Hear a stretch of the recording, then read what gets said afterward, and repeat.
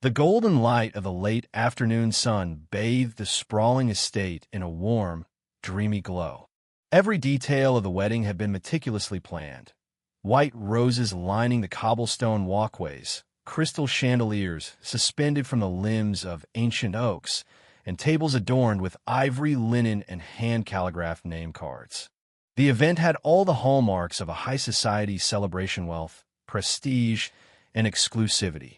At the center of it all stood Grace Whitmore, the radiant bride, and her soon-to-be husband, Daniel Price, a successful tech entrepreneur whose rise from modest beginnings had made headlines in business circles. The union between Grace, the only daughter of the Whitmore family, and Daniel, now a powerful figure in the financial tech world, was hailed as the wedding of the season. Friends, socialites, and media elites had gathered to witness the blending of two prominent names. Yet, amidst all the sparkle and ceremony, something far more grounded and profoundly human was unfolding. As a sleek black town car pulled up to the estate's gated driveway, few noticed the dignified figure who emerged. It was Daniel's grandmother, Lucille Price.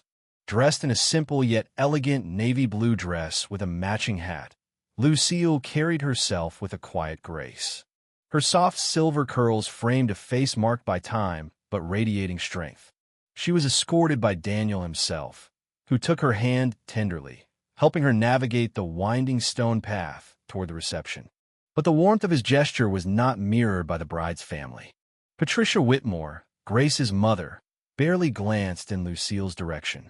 Her lips curled into a tight smile that never reached her eyes. Standing near the grand entrance, she took a sip of her Merlot and muttered under her breath to a relative, "You'd think people would know what formal means." Subtle laughter followed, quiet but cruel. Lucille, within earshot, heard every word. She did not react. She had weathered storms in her life that made sneers like these feel like a summer breeze. Richard Whitmore, the father of the bride and chairman of a multinational firm, gave Lucille a perfunctory nod as she passed, not bothering with a greeting or handshake. The other members of the Whitmore clan followed suit, their disinterest wrapped in the thin veil of politeness reserved for strangers. Daniel's jaw tightened, but Lucille gently pressed his hand. "Let it go, my dear," she whispered. "They'll learn." Throughout the evening, the signs of exclusion grew clearer. When Lucille took her seat, nearby guests shifted their chairs subtly. Conversations waned when she tried to engage. A server bypassed her with a tray of hors d'oeuvres until Daniel intervened. But still, Lucille remained composed, her smile unwavering, her posture dignified. She watched as the Whitmores poured their energy into impressing their high-profile guest, a senator, a luxury brand CEO, and a well-known journalist. Grace's parents moved through the crowd like monarchs at court, distributing attention and flattery in equal measure. Then, something changed.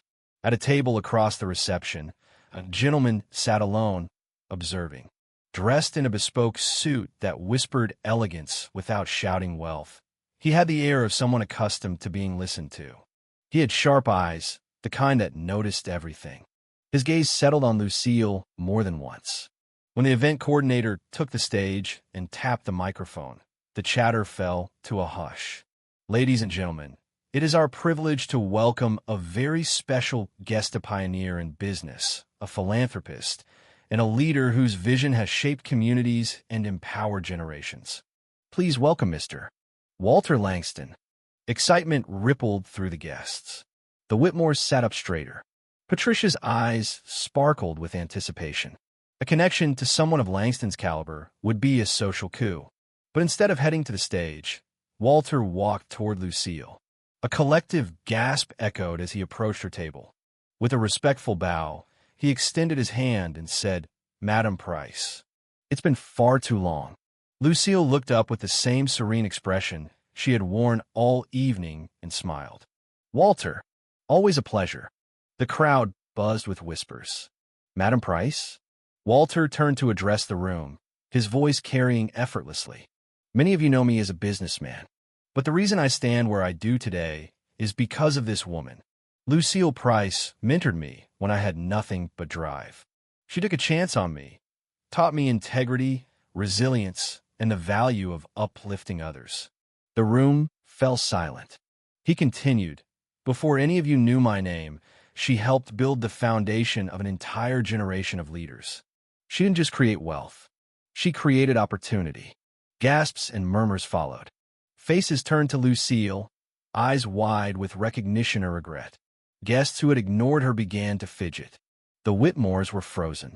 Walter concluded, "And so, tonight, I raise my glass not just to Grace and Daniel, but to the woman who made this union possible. To Lucille Price." The entire room stood, glasses raised.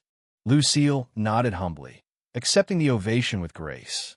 Patricia's hand trembled as she reached for her wine. Richard's face had gone pale. Grace, standing beside Daniel, whispered, "I didn't know." Daniel replied, softly but firmly, "Maybe that's part of the problem." Later that night, Patricia tried to recover some dignity. She approached Lucille with a strained smile. "Lucille, I had no idea. You really should have told us." Lucille looked at her calmly. "Respect isn't given because of credentials. It's shown through actions." Patricia opened her mouth, then closed it. There was nothing left to say. Richard tried to shake Lucille's hand. She simply gave him a polite nod and turned away.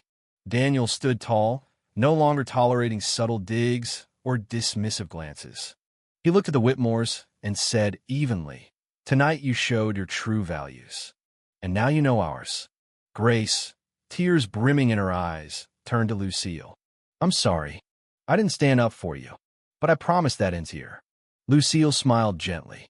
"Growth begins when you see clearly. Let this be your beginning." As the reception wore on, guests now clustered around Lucille, eager to speak with her. The Whitmores watched, stunned. The woman they had dismissed as unremarkable had become the center of the evening. Without lifting a finger, she had shown them what true influence looked like. And in that garden lit by 1,000 tiny lights, surrounded by whispers of regret and awe, Lucille Price reminded them all that legacy is not built by appearance or wealth. It is built by grace, wisdom, and the quiet power of unwavering dignity.